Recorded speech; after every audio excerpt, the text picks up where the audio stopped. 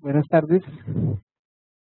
Ante todo, muy agradecido por tu asistencia. Mi nombre es Benjamín Garavito, ingeniero de petróleos de la Universidad de América, año 95.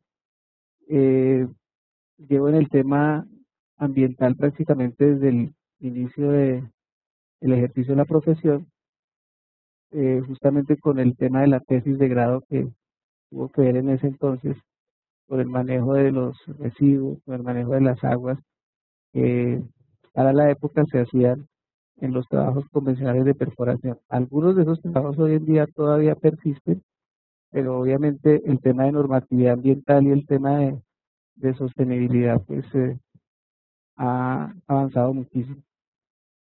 El tema que pues vamos a presentar el día de hoy tiene que ver con la reutilización de agua excedente en la producción de hidrocarburos para la recarga de un acuífero con alta reducción en su capacidad. Este es un tema que realmente surgió de una videoconferencia que fue presentada el año anterior, el 1 de agosto, y que tenía que ver con la reutilización justamente de los excedentes de agua en varias opciones que hay, no solamente técnicas válidas y desde hace mucho tiempo utilizadas, sino otras que se han venido eh, incorporando por las necesidades que existen en cuanto a darle solución, no solamente de orden técnico, sino desde el punto de vista ambiental, a esta condición de excesos de agua. Y pues a lo largo de esta presentación vamos justamente a incorporar algunos conceptos que son muy necesarios para poder abordar el tema y que nos van a permitir ver en un contexto mucho más amplio las grandes posibilidades que tiene el manejo de estos excedentes con respecto a la solución que hay incorporada. Entonces, la agenda que vamos a tener incluye, que ya es colectiva, en que debemos tomar partido y debemos ser parte de la solución en los temas que pues atañen a la parte de sostenibilidad ambiental. No por el hecho de estar en la industria petrolera y siendo pues gestores de muchos de los procesos, debemos desatender el tema justamente de las soluciones. Entonces, en esa línea base conceptual, vamos a dar como no, en esa línea base conceptual vamos a precisamente revisar el escenario con el cual eh, hemos diseñado la manera en cómo estos excedentes de la recarga de un acuífero abatido puede tener una solución casi que próxima con todo el andamiaje que significa y los esfuerzos que significaría esto. Vamos a ver obviamente las definiciones, vamos a hacer énfasis en lo que es agua excedente en la producción de hidrocarburos para contextualizarlo y tenerlo claro y tenerlo precisamente como el pilar para poder avanzar a la siguiente parte, que es hacer un análisis del acuífero de la sabana de Bogotá y Cundinamarca. Posteriormente hay unos conceptos que es una caja de herramientas, unos puntos unidos, y al final vamos a entrar con un epílogo que lo que pretende es dar la conclusión, pero dejar una reflexión que la idea es que sea algo concreto para poder tomar acciones. Las acciones las vamos a ver que son de orden institucional, pero precisamente con un beneficio directo, no solamente a las personas, que pues al fin de cuentas somos los que generamos los cambios y los que merecemos tener la sostenibilidad, como a los sectores productivos que hay, no solamente con el tema petrolero, sino con temas que están muy cercanos. Pues en este tema de la definición o el tema que tiene que ver con la conceptualización, pues hay una frase muy, muy conocida y además muy cierta que el señor Steve Jobs durante su última etapa y cuando los desarrollos más importantes de Apple pues se dieron a conocer, él la mencionó y es que no puedes conectar los puntos hacia adelante solo que pueden conectar hacia atrás. ¿A qué se refería él con eso? ¿Y por qué yo lo contextualizo para relacionarlo con el tema del agua? Porque realmente tenemos muchos puntos que todos los que están involucrados en el tema petrolero, en el tema ambiental, en el tema social, reconocemos. Estos puntos pueden ser justamente, estos son algunos de los muchos que hay. Se habla, por ejemplo, de los paradigmas. Hay muchas personas que están de acuerdo que los procesos tal como se hacen hoy en día, pues son los correctos. Y tampoco quiero decir que estén equivocados. Son correctos porque se está haciendo un cumplimiento y se está honrando pues lo que determinan las leyes que están vigentes.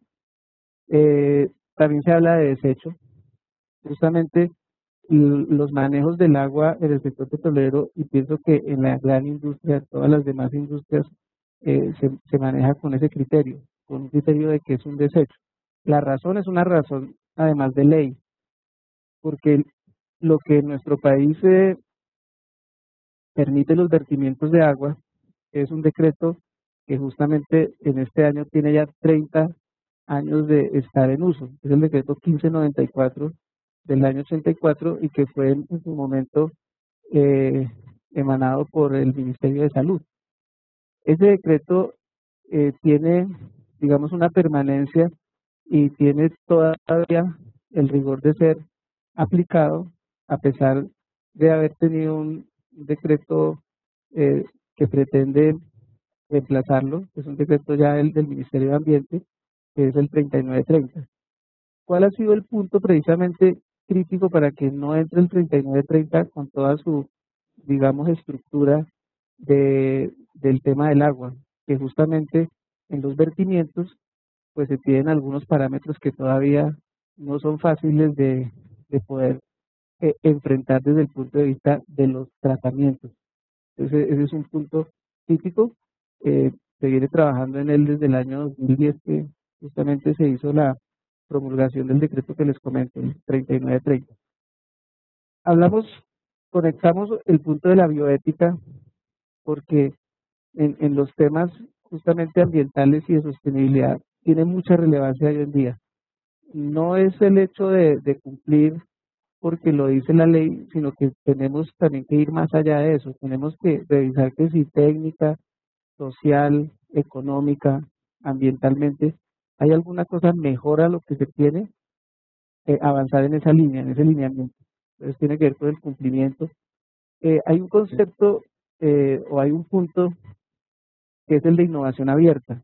Lo vamos a ver al final de la presentación y es un programa precisamente que tiene actualmente el gobierno a través del Ministerio de Industria y Comercio, y que lo que pretende es, la definición de innovación abierta más sencilla es que muchas de las actividades y muchas de las acciones que ya son comprobadas, que tienen éxito en otras áreas, las podemos incorporar a nuestra experiencia petrolera, como también muchas de nuestras experiencias en el sector petrolero, otras industrias posiblemente las han incorporado. Eso es innovación abierta. No se trata de inventarse algo o de crear un nuevo proceso o un invento como tal, sino lo que ya existe, adaptarlo a condiciones que permitan tener unos resultados incluso mejores a los que ya se venían trabajando en otra área. El tema de los acuíferos, que va a ser fundamental acá en nuestra exposición. El tema de los acuíferos va a ser un eje que precisamente vincule muchos de estos puntos. Entonces, esa va a ser una definición que vamos a ver a continuación. El tema de los tratamientos, lo acabamos de mencionar. Los tratamientos pues son la manera como justamente se puede lograr hacer un entregable que es de orden de depuración, de limpieza, de adaptación de las aguas para que puedan ser vertidas. E insisto en eso, seguimos hablando de vertimientos.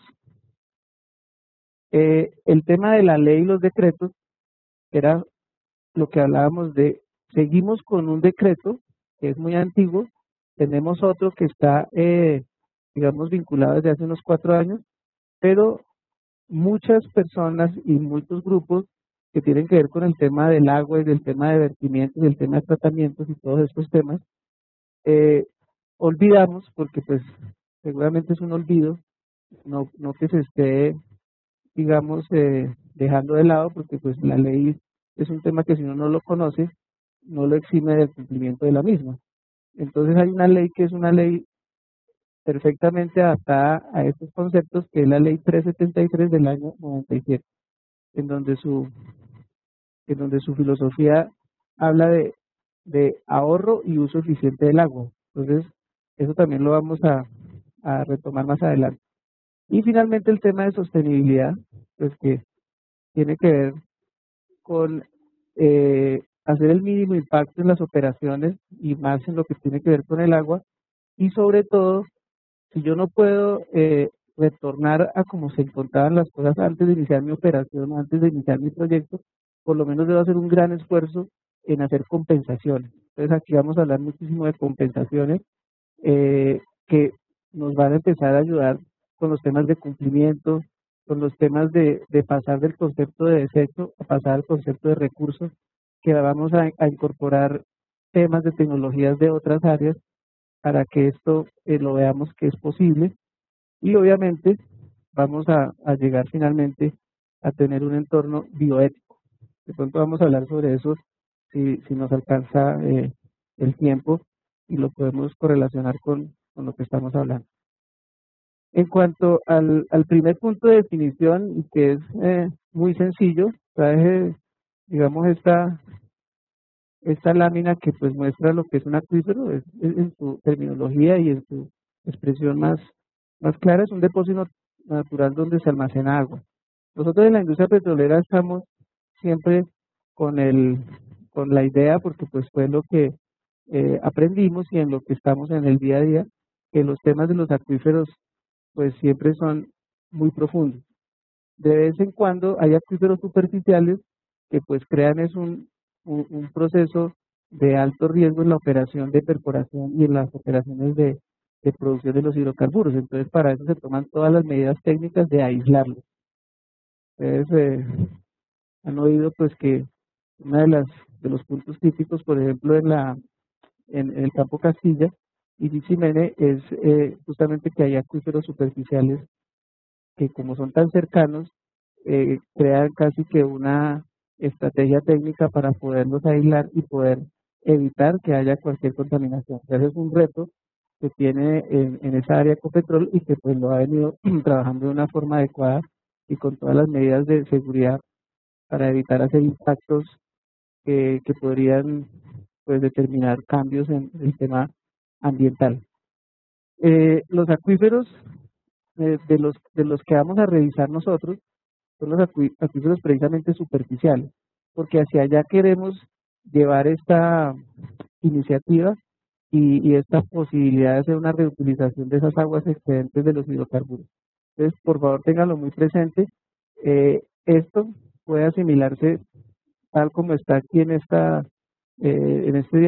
fotografía, puede asimilarse a lo que es nuestra sabana de Bogotá. Tenemos unas características de cerros, los cerros orientales, y tenemos una amplia sabana en donde además de que está la ciudad muy cercana a estos cerros, tenemos un área muy extensa que son las áreas ya que incluso involucran todos los municipios cercanos, en donde hace algunos años había una floreciente industria precisamente enfocada en ese punto que era la industria de los floricultores, que hoy en día si lo vamos a revisar, es una industria que pues casi prácticamente se estancó, o por lo menos su crecimiento no se siguió dando como se tenía.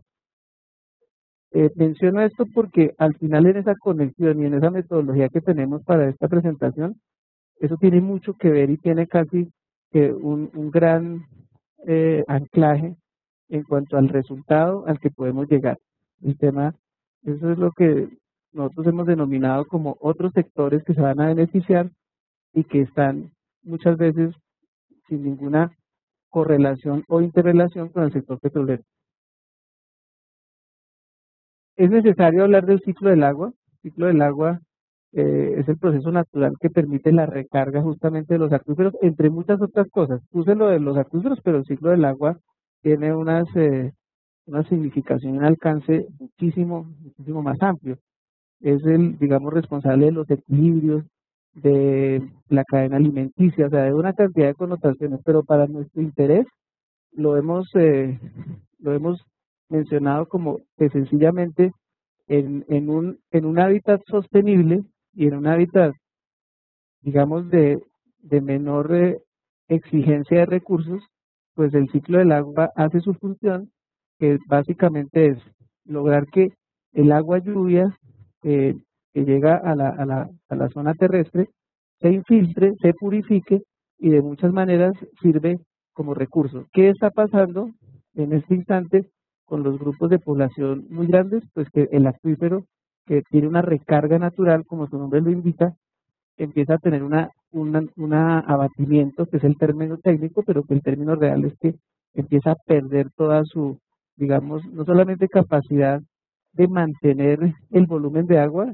sino de que ese volumen de agua de alguna manera crezca. Entonces ahí es una reducción.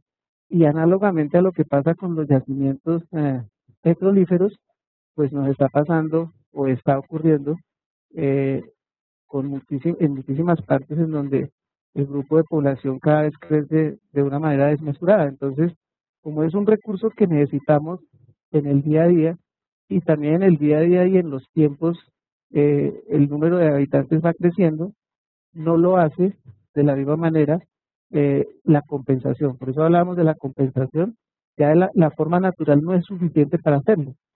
Ya los estudios y hay una serie de alertas tempranas, ya regresando aquí a nuestro caso de la sabana de Bogotá, hay ya unas alertas que hablan incluso de un evento posiblemente de alta reducción, porque llega a un pico, que es el año 2017. Estos fueron unos estudios que se hicieron para un debate hace ya 2 años en el Congreso, en donde el gerente del acueducto en su momento alertó sobre el riesgo que existía de que Bogotá siguiera suministrándole a los municipios vecinos, que pues son de Cundinamarca, el agua. Realmente ese no, tal vez no sea el punto no sea el punto técnico como tal, eso quizás tenía eh, otra motivación, porque lo que consumen los municipios cercanos con respecto a lo que consume Bogotá no es muy significativo, posiblemente sea un 10%, tal vez exagerando. Más adelante vamos a ver el consumo que tenemos de agua acá en Bogotá para dimensionar mejor esta parte. El punto del reporte integrado de gestión sostenible de Ecopetrol. Como se trata de unir muchos puntos, traje esta información que publicó Ecopetrol en un informe muy interesante y además uno de sus primeros informes bastante completo sobre los temas de gestión sostenible, porque pues Ecopetrol, al entrar en todo el esquema de la bolsa y de todos los procesos que ha tenido de una mayor democratización, el hecho de que sea una empresa mixta, pero que todavía tiene una gran, digamos, coparticipación con los accionistas y todos estos temas, le implicaron continuar un mejoramiento y una dedicación mayor, no solamente a los temas técnicos y operacionales, sino a los temas de sostenibilidad y a los temas sociales, así como a sus temas obviamente financieros que pues, los maneja de una muy buena forma. Lo que declara, lo que se menciona en este año 2011 es que Ecopetrol produce en su operación directa cerca de 1.400.000 barriles por día de agua asociada al crudo extraído, equivalente a cerca de 4.9 barriles por cada barril de crudo extraído. Acá en esta, digamos, declaración que se hace, se mantiene para ese momento como una media que hay a nivel mundial.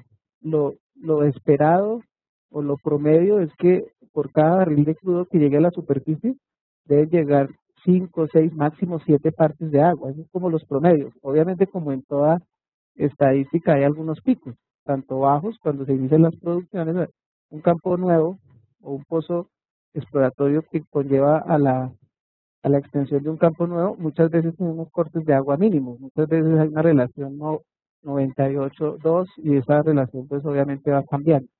Pero cuando se estabilizan los procesos y los campos empiezan a madurar o a tener mayores volúmenes de producción, la producción de agua empieza a dispararse muchísimo. Entonces, digamos que en este momento, este dato eh, es, eh, es congruente con lo que sucede en otras partes en la extracción de los hidrocarburos.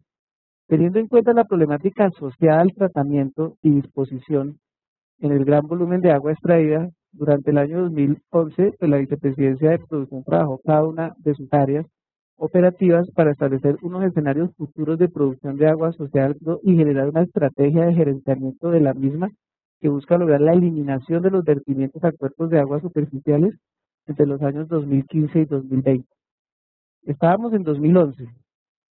Hay obviamente una conciencia y hay ya una alerta. Esto de muchas maneras es una alerta de lo que hablábamos de la autorregulación. O sea, es una manera en que Ecopetrol y más allá de Ecopetrol como entidad, las personas que trabajan en estos temas y que son obviamente muy responsables de la parte ambiental y de sostenibilidad, pues hablan de una estrategia para que exista un gerenciamiento sobre estos volúmenes de agua que en su momento ya empezaba a verse que era un volumen mayor de agua asociada. Esta distribución lo que indica, estas son las siglas que para Ecopetrol nombra todas sus áreas eh, operacionales. Entonces esto significa Superintendencia Castilla Chichimenes, Superintendencia de Operaciones de API, Superintendencia de Operaciones del Norte, Superintendencia de Operaciones, hay algunas que se me escapan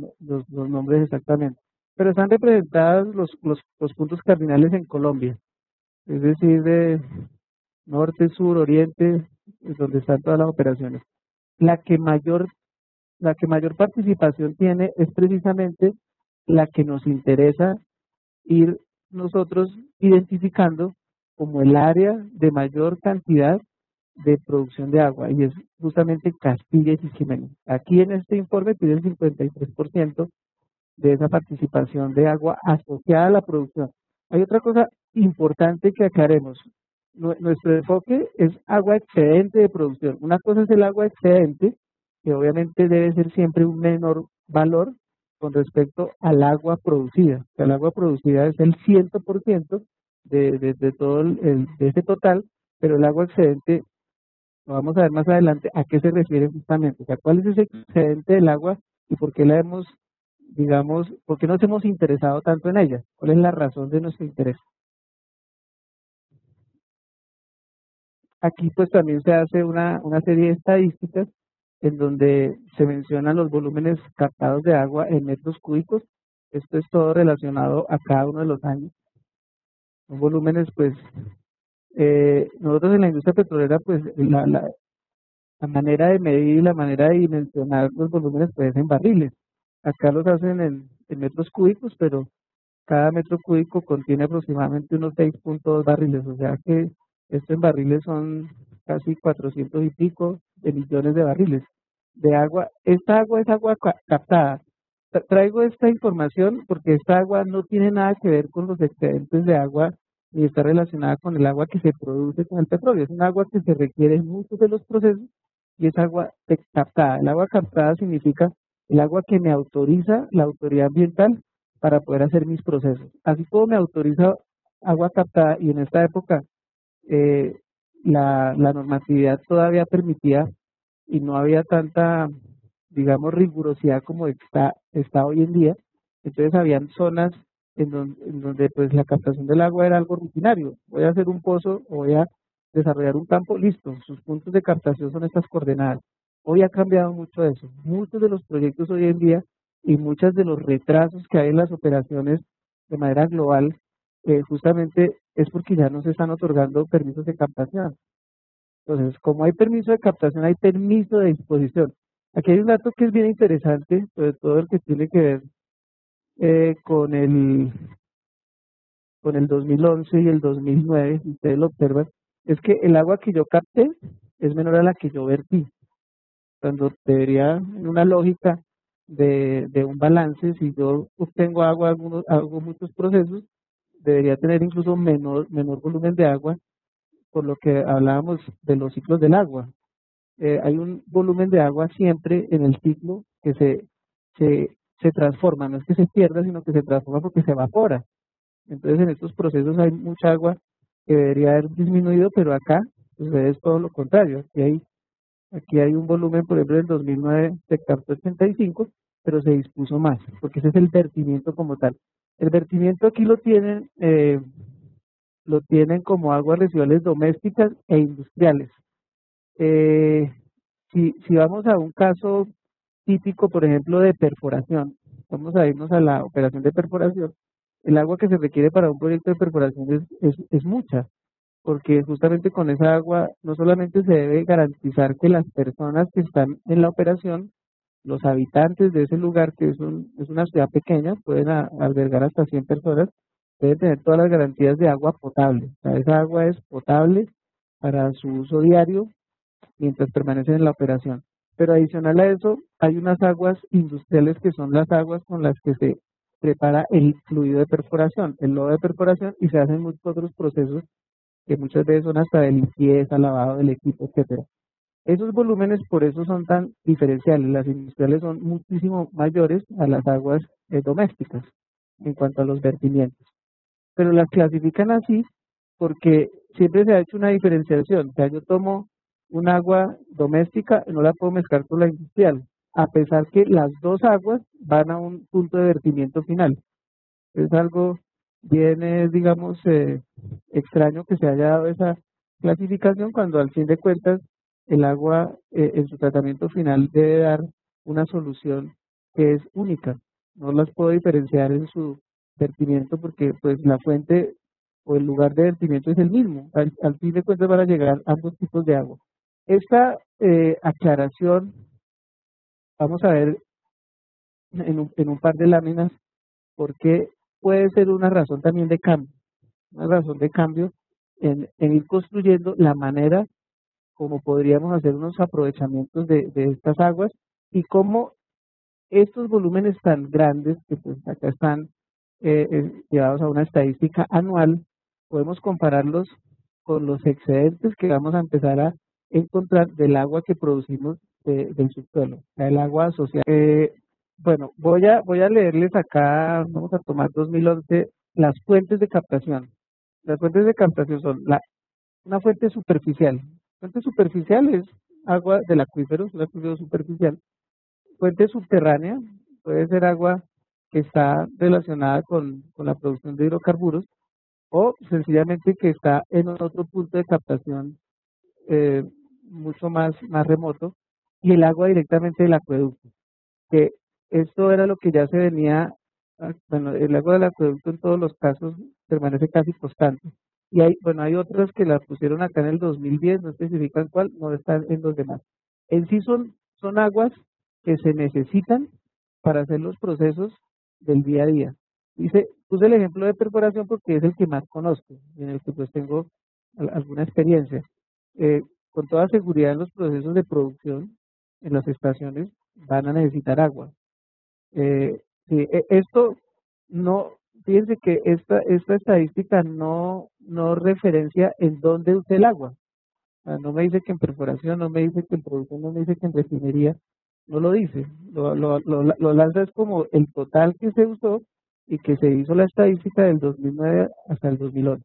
Y en el vertimiento efectivamente es eso, después de que hice todos mis procesos, yo hago un vertimiento conforme al decreto 1594 que habíamos hablado inicialmente, porque el decreto lo que hace es permitir vertir el agua, es decir, desechar el agua.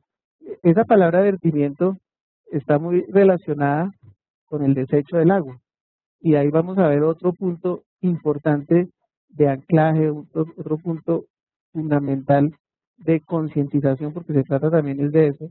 Esto también es un ejercicio académico, es un ejercicio para que nosotros, sin necesidad de hacer ningún cuestionamiento, que hagamos una reflexión muy profunda sobre la incidencia, pero sobre todo las grandes ventajas que nosotros podemos tener con el tema del agua. Ese es otro objetivo, tal vez que va surgiendo a partir de todas estas consideraciones.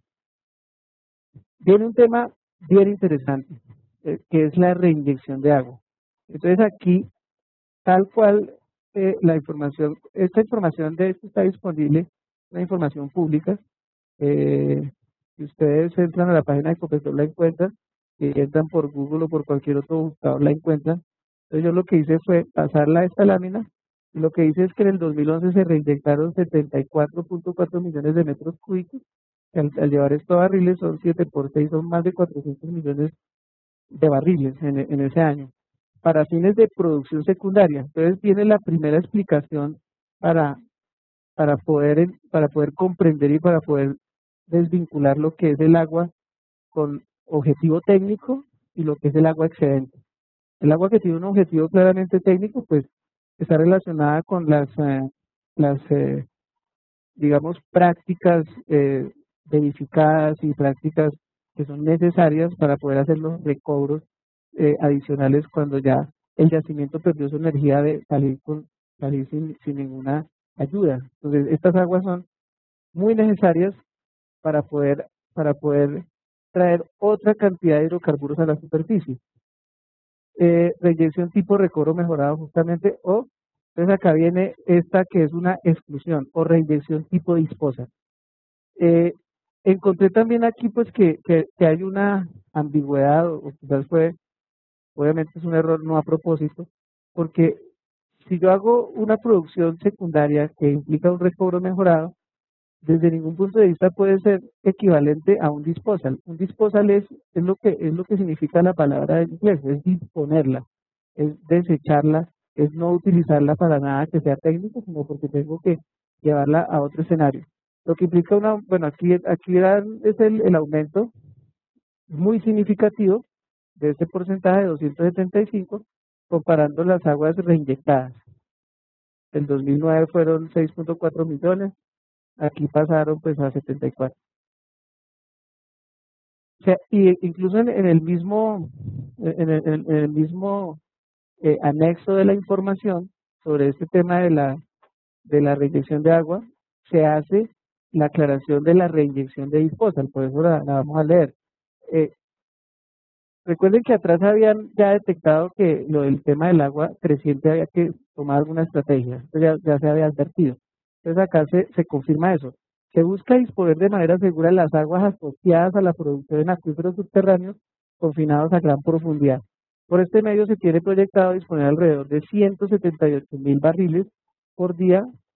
Aquí entonces acá mencionan a cada una de las áreas: Superintendencia de Operaciones, se me va de mares, Catatumbo.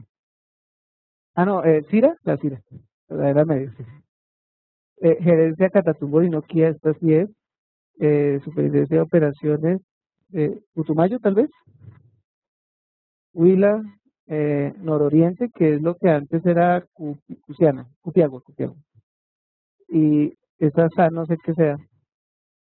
Bueno, lo que también deja acá una inquietud, quizás por resolver, y obviamente será resuelta de manera clara, es porque se habla de los dos temas vinculados: la reinyección como un factor de ayuda técnica, pero también el disposal.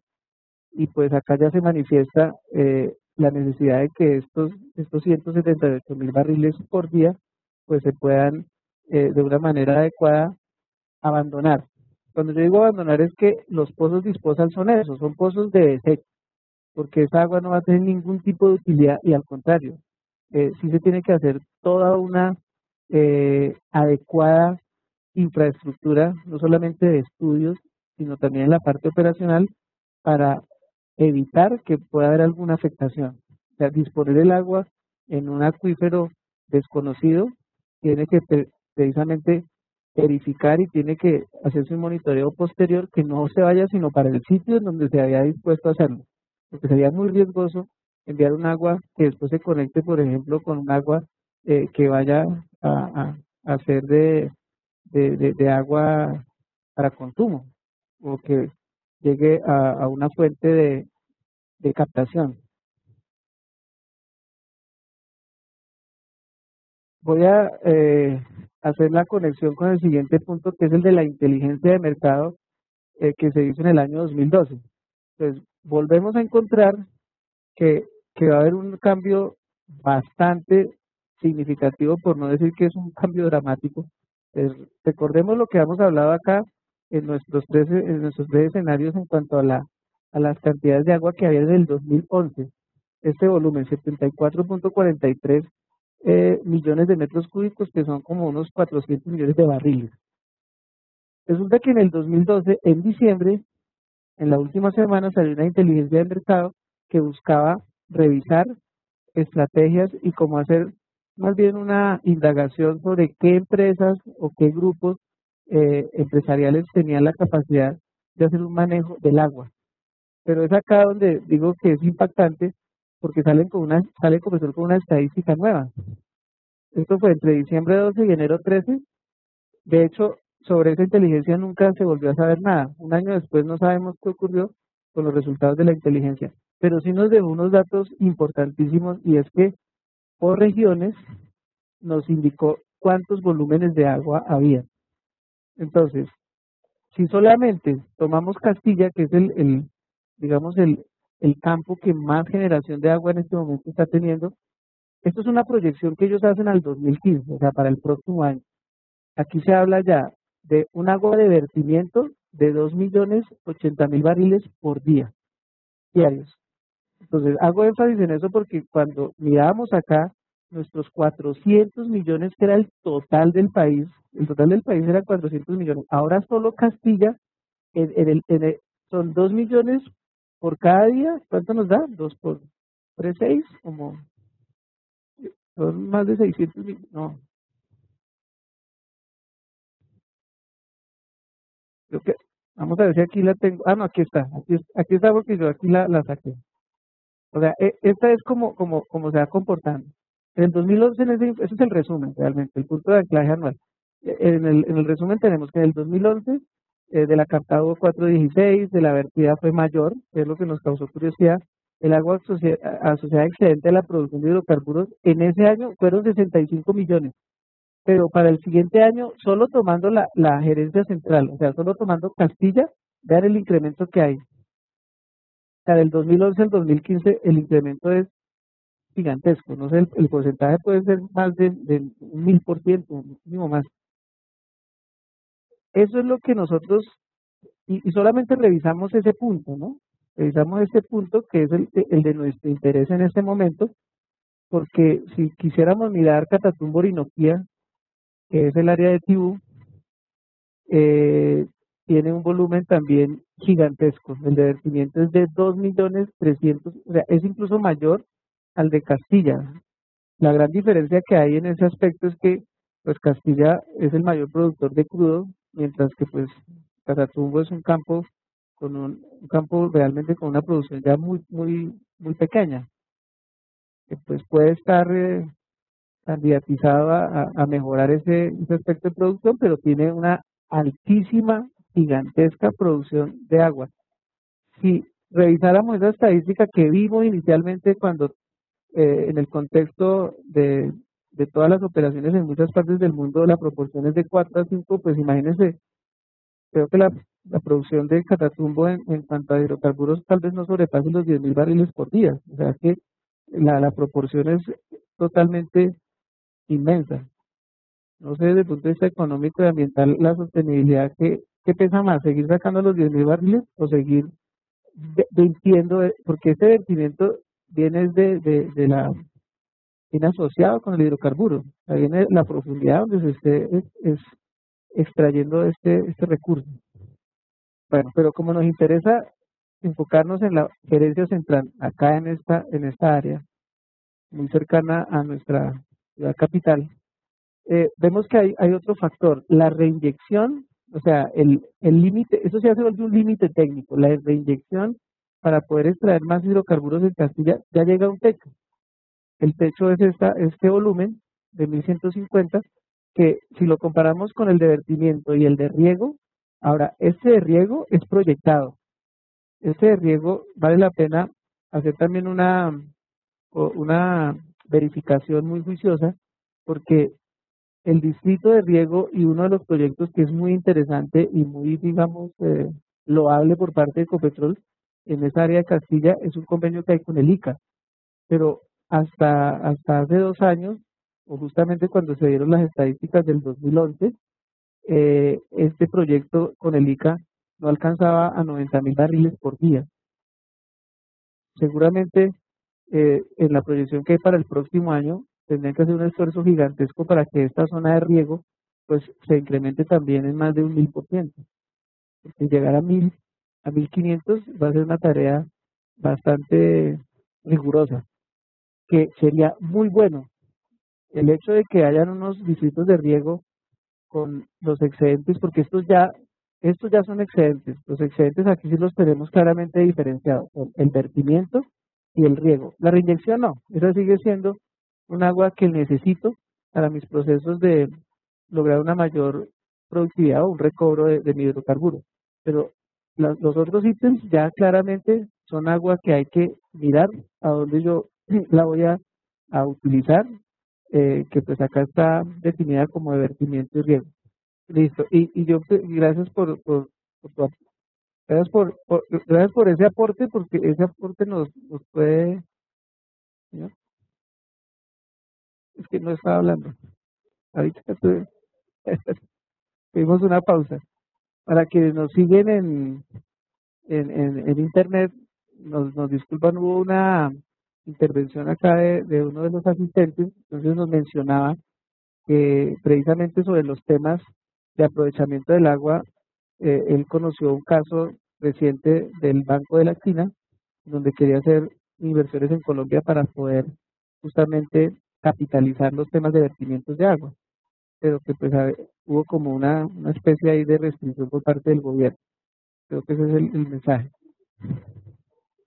Bueno, bueno, en la conclusión de aquí el aporte es que sí, lamentablemente hay buenas iniciativas y estos bancos y obviamente hablábamos al principio del tema de innovación abierta, tiene que ver con eso. O sea, son cosas que han resultado en otros sitios y pues nada de extrañar, el gobierno chino y sus estrategias de negocios pues son globales. Ellos necesariamente deben salir de su entorno porque pues primero allá tiene una sobrepoblación y segundo se han avanzado en cosas en las que nuestros países quizás tengan muchas posibilidades de hacer intercambio. Eh, el hecho de que no se aplique no significa del todo, yo pienso todavía con optimismo moderado, y en la última parte, que es donde se hace esa unión de estos puntos que venimos hablando, quizás hayan posibilidades, ojalá que fueran locales. O sea, la propuesta nuestra es hacerlo desde dentro, porque pues obviamente nos queda más fácil a nosotros, que tenemos ya no solamente el hallazgo, sino que crear la conciencia de que esto es posible hacerlo. O sea, esto no debe convertirse en un proyecto utópico o una cuestión de que la va a realizar después del año 2020, 2030, cuando sea quizás muy tarde. Ojalá lo podamos hacer ahora. Retomando el tema, pues vemos este aumento gigantesco en el excedente de agua, porque este volumen ya es excedente, este ya no es del límite técnico o que me va a ayudar para sacar más, perdón, extraer más hidrocarburos. Este es un límite, este es un volumen ya de excedente. Esto es pues, para el año 2015. Si esta, digamos, esta media o esta proyección mejor, pues ya hoy en día también está haciendo crisis, ya hoy en día los volúmenes quizás puedan superar estas cantidades para el cierre del 2014, que valdría la pena hacer un monitoreo sobre eso para corroborar si esas estadísticas y esas proyecciones son realmente se han atendido. Entonces ahora vamos a cambiar de escenario. Estábamos en el área de los llanos, en el sector de donde se producen estos excedentes de agua y nos vamos a ir al punto de nuestra ciudad, de Bogotá, el distrito capital. Esta es una fotografía de Bogotá en la noche para el cierre del año pasado. Ya en Bogotá hay una población de 8.363.782 habitantes. Y aquí es donde la metodología, insisto en eso, se vuelve algo también motivante y se vuelve algo interesante, es que hay muchas cosas que están correlacionadas. Por eso inicié y continúo y les estaré diciendo en lo que resta de la conferencia, de la presentación, que los puntos los tenemos, todos los hemos visto. Lo que pasa es que hay que unirlos, como lo dijo Steve Jobs, pero hacia atrás. Uno nunca puede unir los puntos hacia adelante porque eso sería profetizar algo que se va a convertir en una esmerley. Pero cuando uno ha avanzado y los puntos se quedaron atrás, realmente es más fácil retornar a unirlos.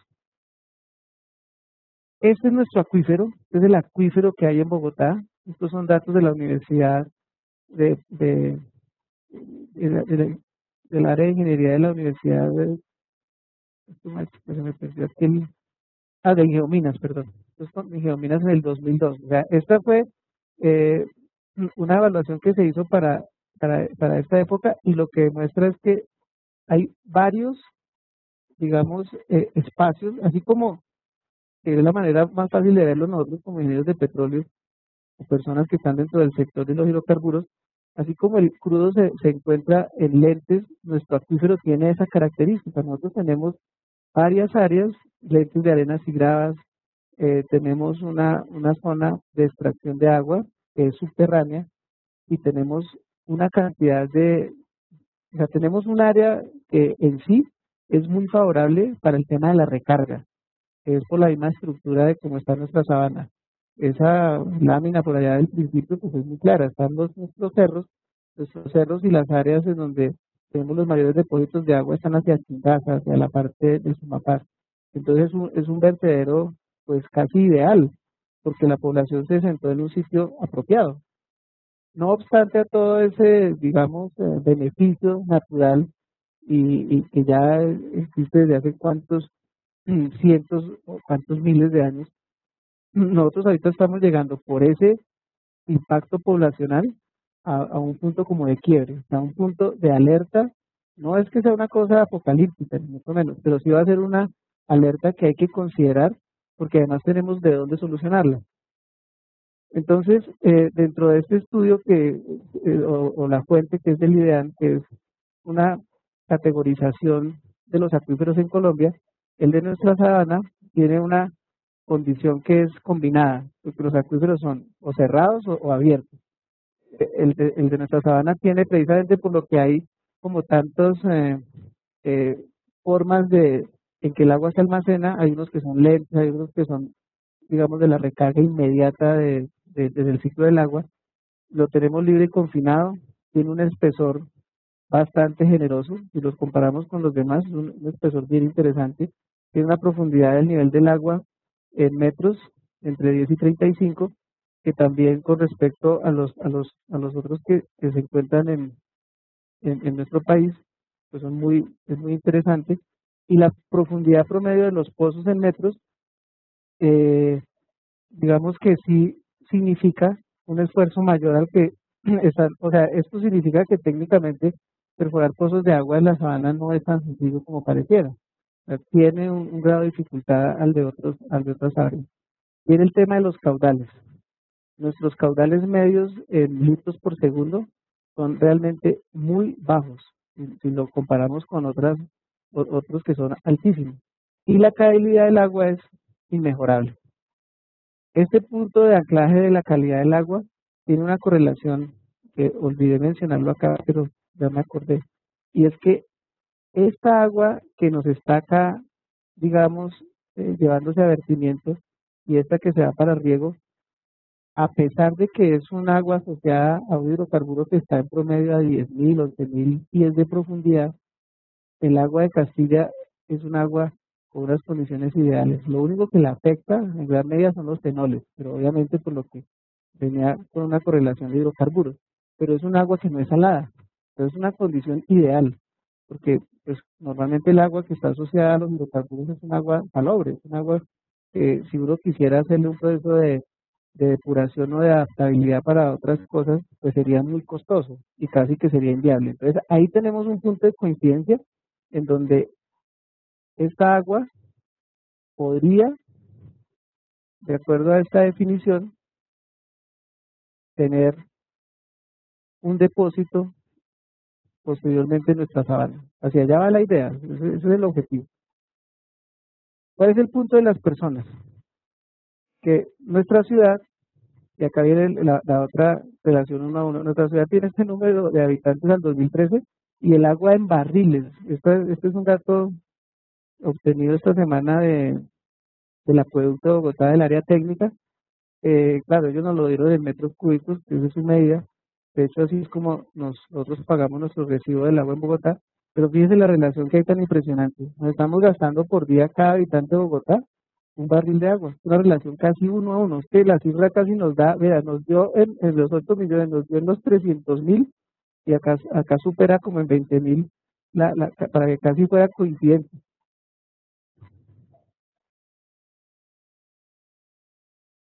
Ah, bueno, sí, sí, hay una pregunta que si es población de censo. Bueno, esta es una población, el último censo nuestro por registro del DANE, yo no estuve en la tarea de revisar, es del 2005.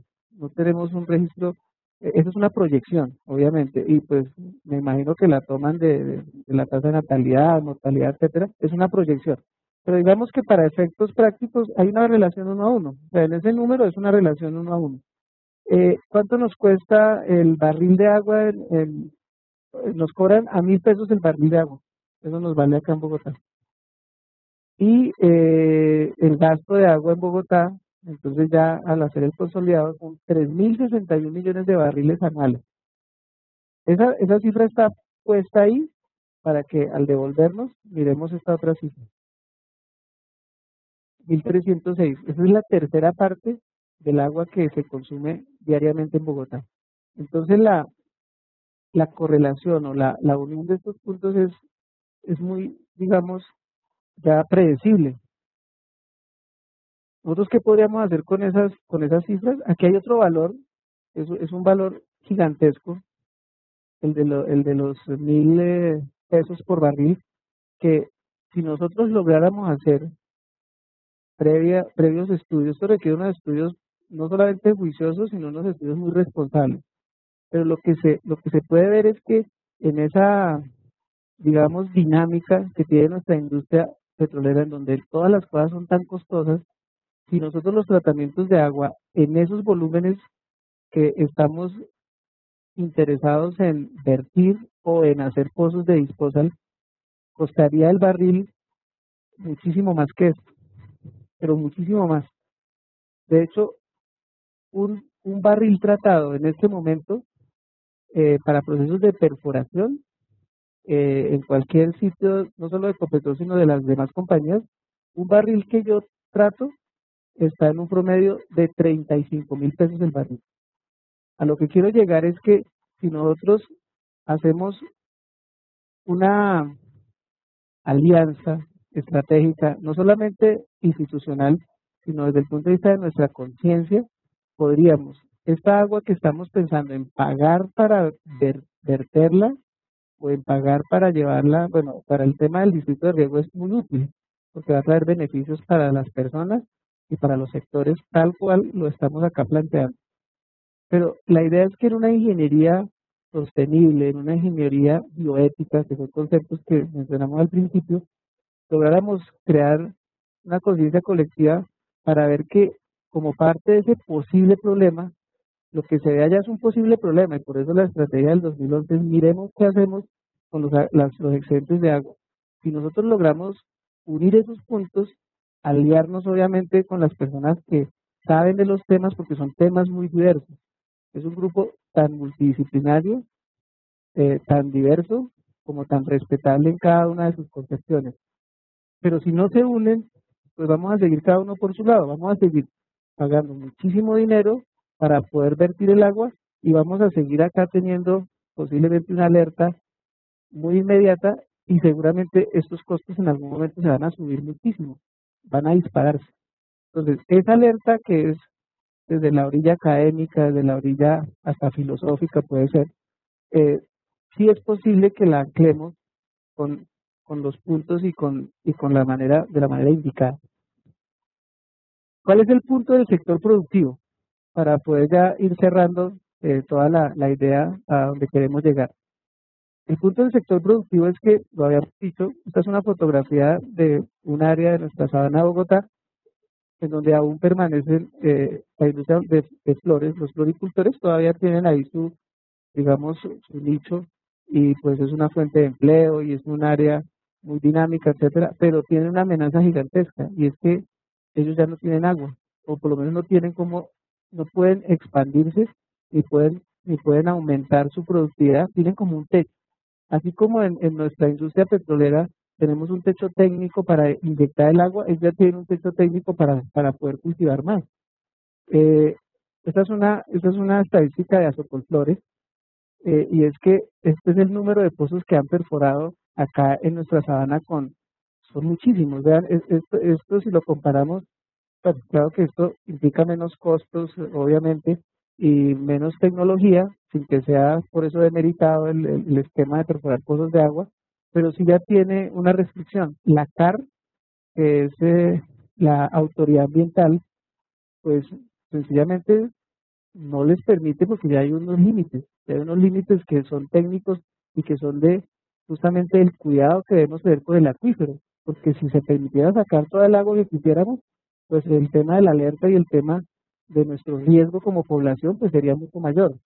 Entonces en ese sentido sí ya hay unas medidas que afortunadamente existen y que fueron gracias a la creación de el Sistema Nacional Ambiental con la Ley 99 del año 93, que permitió que todo este esquema de infraestructura ambiental exista.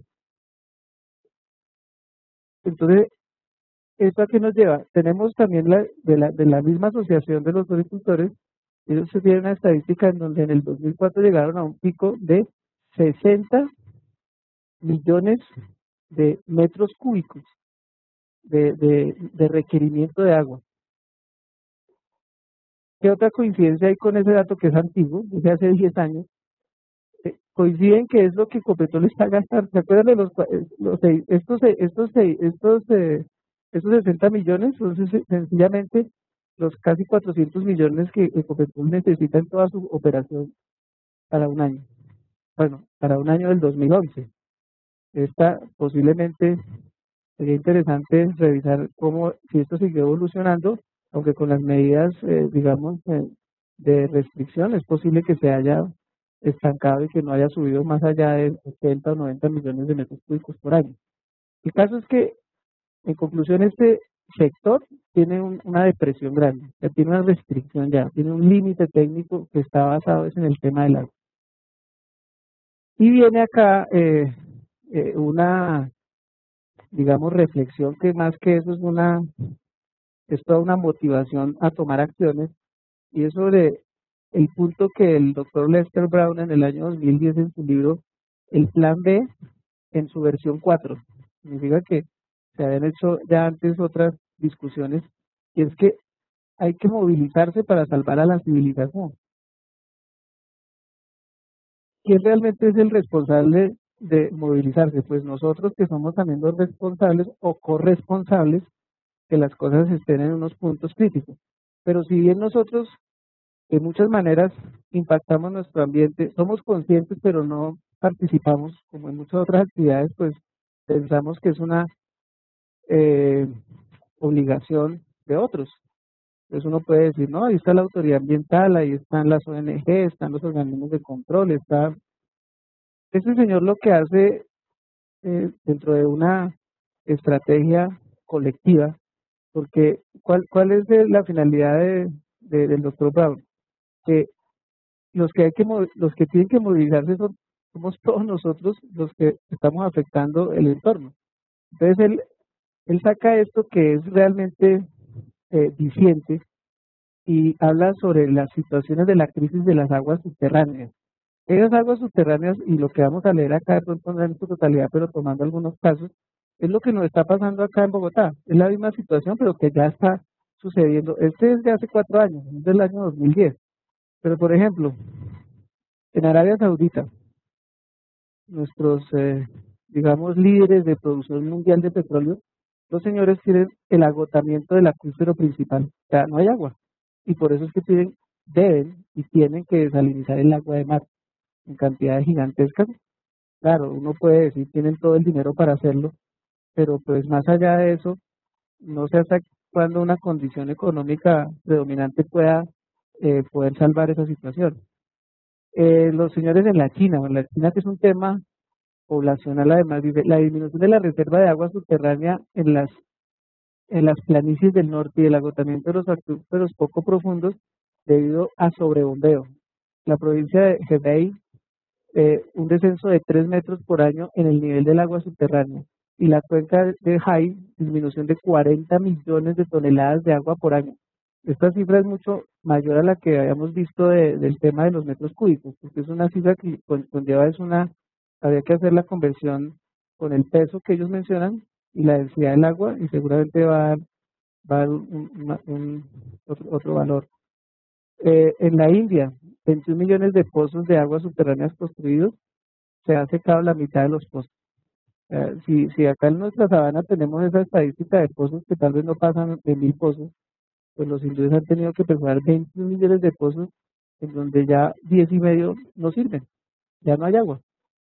Esto es apremiante, y Ciudad de México, que es también un área poblacional gigantesca, la demanda de agua sobrepasa el suministro. O sea, ellos ya están en la otra orilla, ya la cantidad de agua que tienen no alcanza para sus propias necesidades. Hasta donde recuerdo, creo que es la ciudad más poblada del planeta, deben estar por el orden de unos 30 millones de habitantes. Los acuíferos están sobreexplotados. En el estado de Guanajuato la disminución del acuífero es de 2 metros por año, y el estado de Sonora la profundidad de extracción bajó de 10 a 120 metros, con todas las implicaciones técnicas y económicas que eso significa y los esfuerzos. Viendo todo esto, que pues la idea es manifestarlo para contextualizarlo, pueden haber muchísimas más, digamos, indicaciones de la problemática, pueden haber incluso muchísimas otras cosas que se pueden mostrar como algo, como lo mencioné hace un rato, apocalíptico, pero no se trata de eso, se trata de que en un punto de herramientas, pues tenemos que encontrar, como dice, como dice nuestro doctor Lester Brown, pues hay que movilizarnos para que seamos nosotros mismos los artífices del cambio, nadie más lo puede hacer. En esa caja de herramientas, o en ese punto de las herramientas, nosotros tenemos dos, que son, primero, eh, evidentes, que por todo lado están totalmente eh, verificadas y apoyadas. Una es el desarrollo sostenible. Entonces hay muchísimos planes que se hacen, y de hecho hoy en día los permisos ambientales, es decir, los planes de manejo ambiental, los estudios que pues conllevan al plan de manejo ambiental, y muchas de las acciones que se toman involucran la sostenibilidad, y vienen entonces los conceptos de que si yo hago una modificación en mi entorno, yo debo o dejarlo como estaba, que es el tema de cómo retroceder para ver de qué forma yo manejo esa situación de cambio, o sencillamente lo compenso.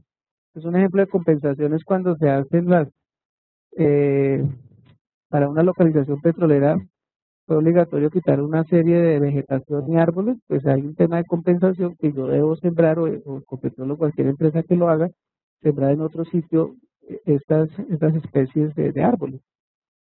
Pero hay muchas más opciones, y las ciudades hoy en día que no es decir, que no marchan en esta dirección, pues obviamente van a tender a desaparecer, o esas áreas se van a ver como un proceso crítico de involución, porque ya no es un tema evolutivo, sino un tema de involución, por todo lo que significa. Y todas las ciudades, tarde o temprano, se preocupan por incluso rescatar muchas de sus zonas que son de alto riesgo, no solo por la aglomeración de habitantes, sino por el saneamiento de los servicios públicos, por todo eso. Y las campañas uno las ve a toda hora, las campañas sí están realmente orientadas a nuestros hijos, y los están enseñando a que hay que hacer prácticas de temas ambientales. O sea, eso ya es un chip que existe, o sea, quiere decir que se está haciendo. Y la razón es porque también hay una estructura de ley. El hecho de que hayan autoridades ambientales, como mencionamos hace un momento, el caso de la CAR, significa que sí hay, obviamente, tanto unos deberes que cumplir como están establecidos en muchas otras actividades civiles. Entonces, en la parte ambiental hay una normatividad. Sin embargo, hay mucho por hacer todavía. Entonces, volvemos al esquema. Cumplimos con la ley, o cumplimos con un decreto que es reglamentario de disposición y vertimiento de agua, pero podría ser mejor. Nosotros podríamos tener un podríamos tener una autorregulación y llegar a lograr hacer cosas mucho más significativas con respecto a la aplicación de esa ley.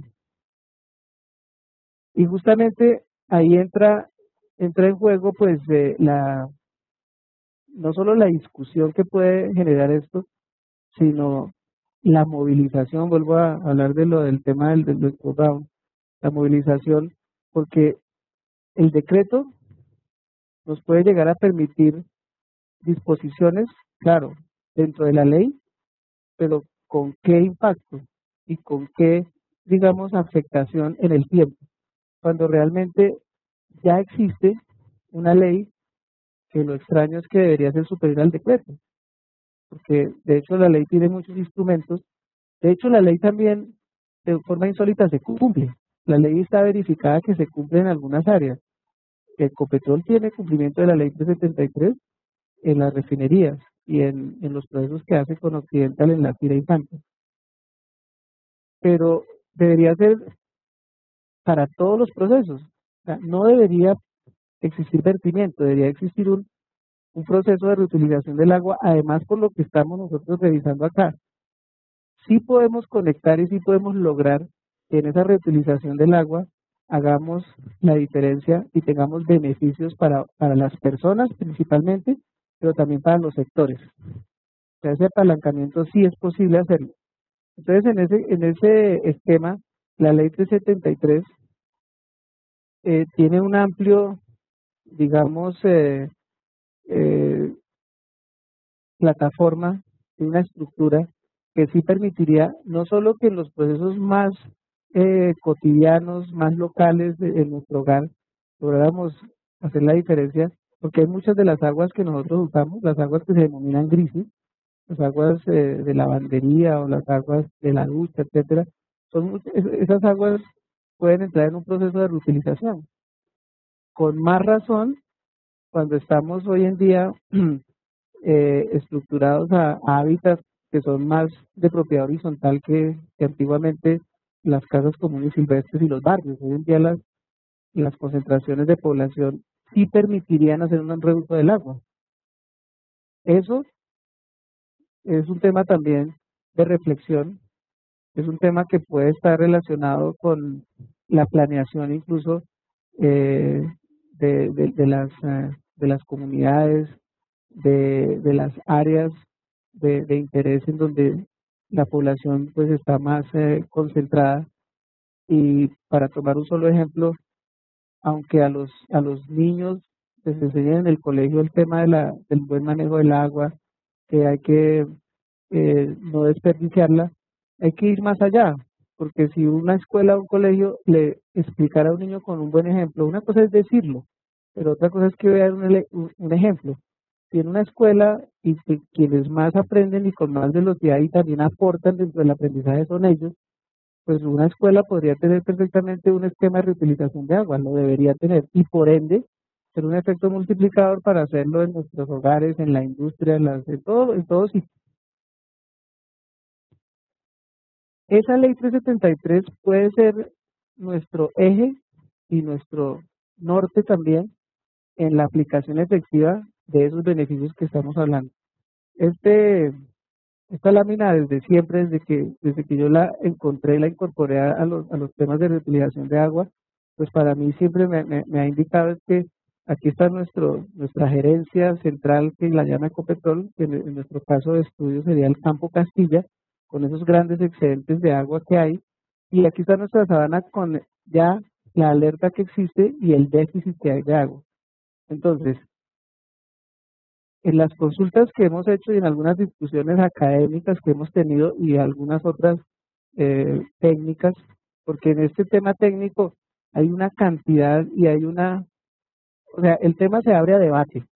eh, Está bien que se abra a debate, porque no quiere decir que porque académicamente lo hayamos hecho el hallazgo, los técnicos tengan que decir que sí a todo. Pero aquí el grupo de base que nosotros hemos identificado y que nos han alentado con esta, digamos, iniciativa o con este hallazgo, como ya lo estamos viendo, es que primero es un tema de ley. O sea, estamos respaldados por una ley que lo que hay es que lograr que tenga mucha más efectividad. Segundo, técnicamente es totalmente posible, porque tenemos primero una condición de excedentes de agua que están causando es un impacto no solamente ambiental, sino también social.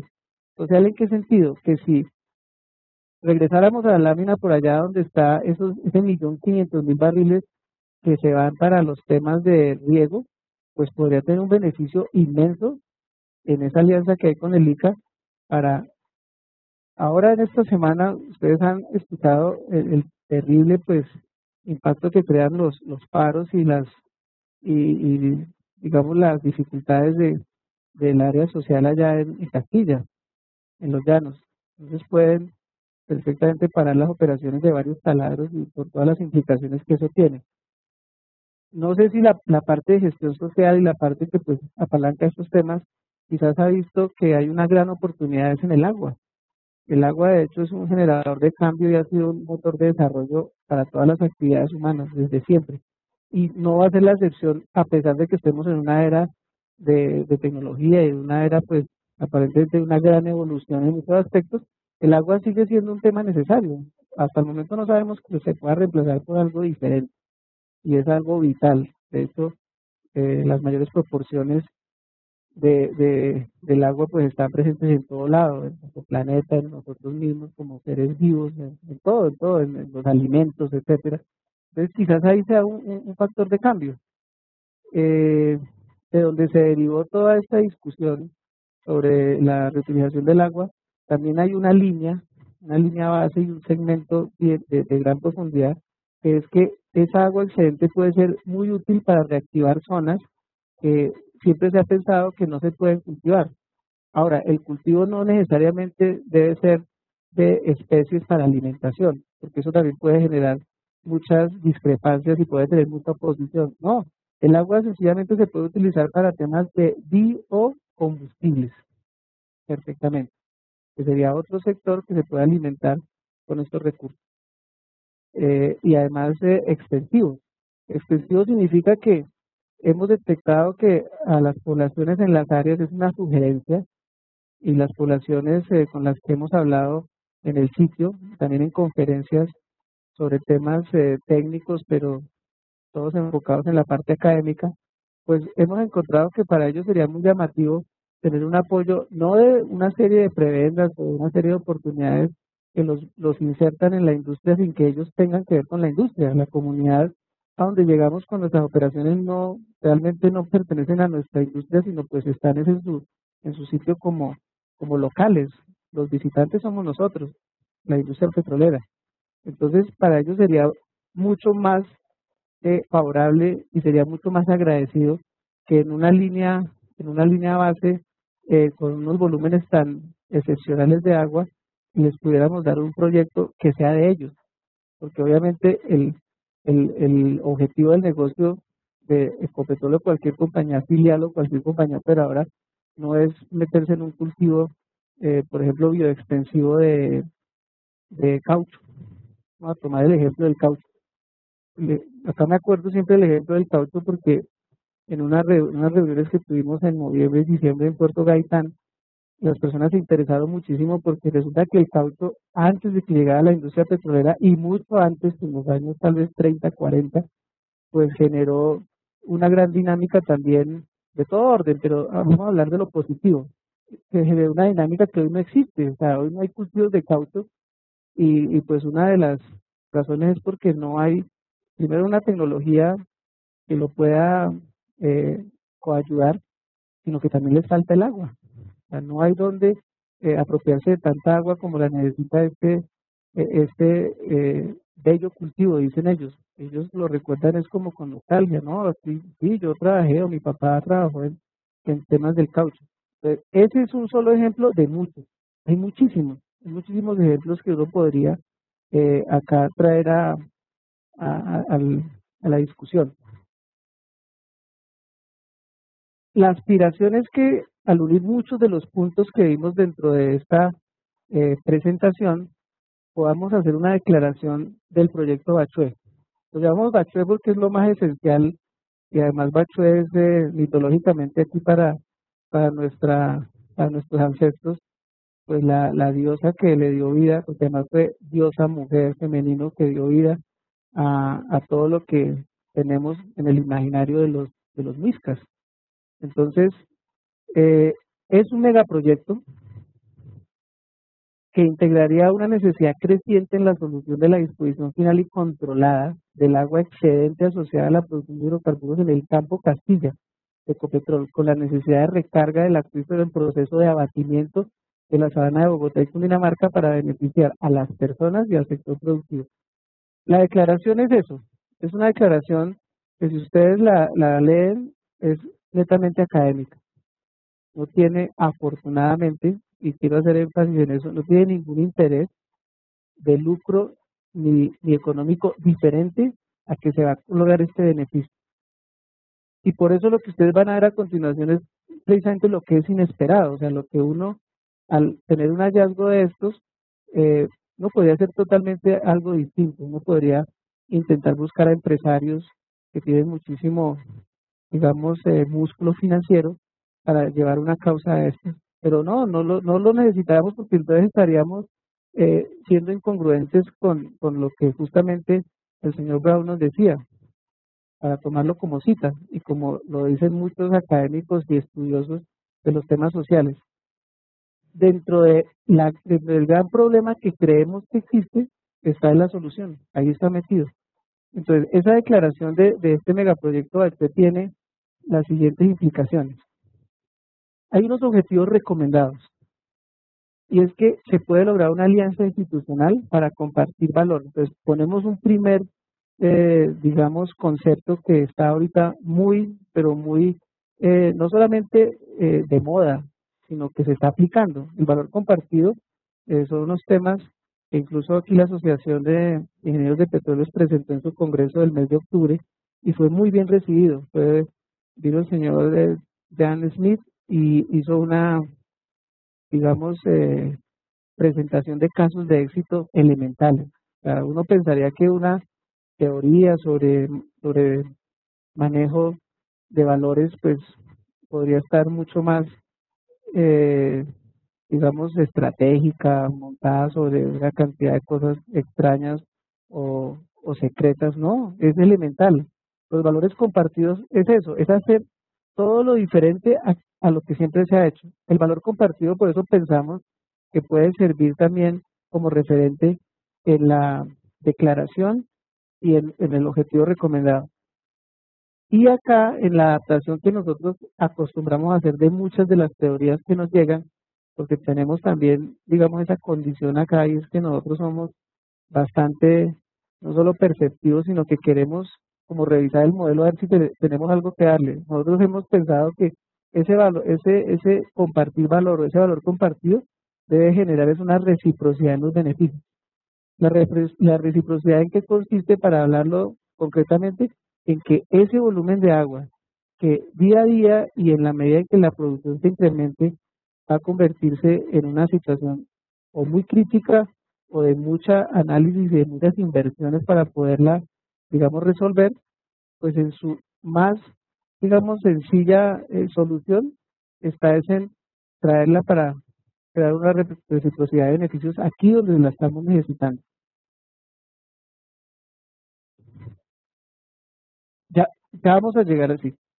Hay una pregunta sobre quién lidera el tema, ya vamos a llegar allá, ya estamos por abrir digamos, la puerta de las opciones en donde vamos a tener no todos los puntos unidos, pero sí la mayoría, o sea, el gran volumen de puntos. Eh, Hay que identificar la innovación abierta implícita.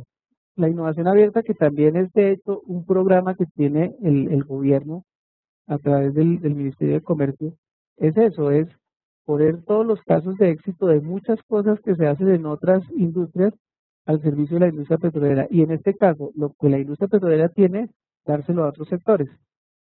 Y este, que quizás es uno de los centrales y más importantes, es reconocer, pero reconocerlo no porque sea un tema de ley, sino porque es un tema de conciencia, es un tema que es realmente de esa manera. Ese es el deber ser de las cosas, es reconocer que el agua es un recurso estratégico e integrador del sector energético global.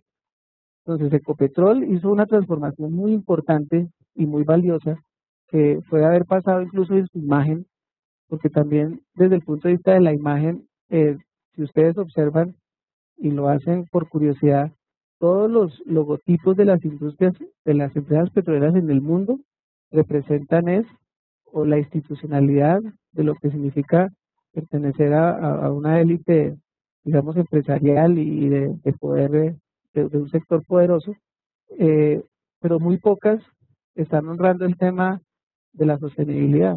Entonces los logotipos hablan por sí mismos y Ecopetrol tuvo un gran acierto al haberse transformado, como lo indicó en sus explicaciones de la iguana, el haberse transformado a eso, a lograr integrar dentro del sector energético global e ir más allá. Otra compañía que lo hizo en su momento, que pues lamentablemente tuvo ahí un punto crítico con lo del tema del Golfo, fue la British Petroleum. La British Petroleum cambió su estandarte, que era un estandarte inglés, más como de batalla que de otra cosa, y lo cambió por un concepto que es Beyond Petroleum, o sea, ir más allá del petróleo, porque realmente el petróleo es un tema de necesidad, pero es un recurso no renovable, mientras que el agua sí es un recurso renovable, y el agua puede ser un factor de cambio, y por esa razón nos identificamos que debe ser reconocido como un recurso estratégico. Vincular todas las etapas a las áreas de investigación académica para corresponder en lo técnico y verificable.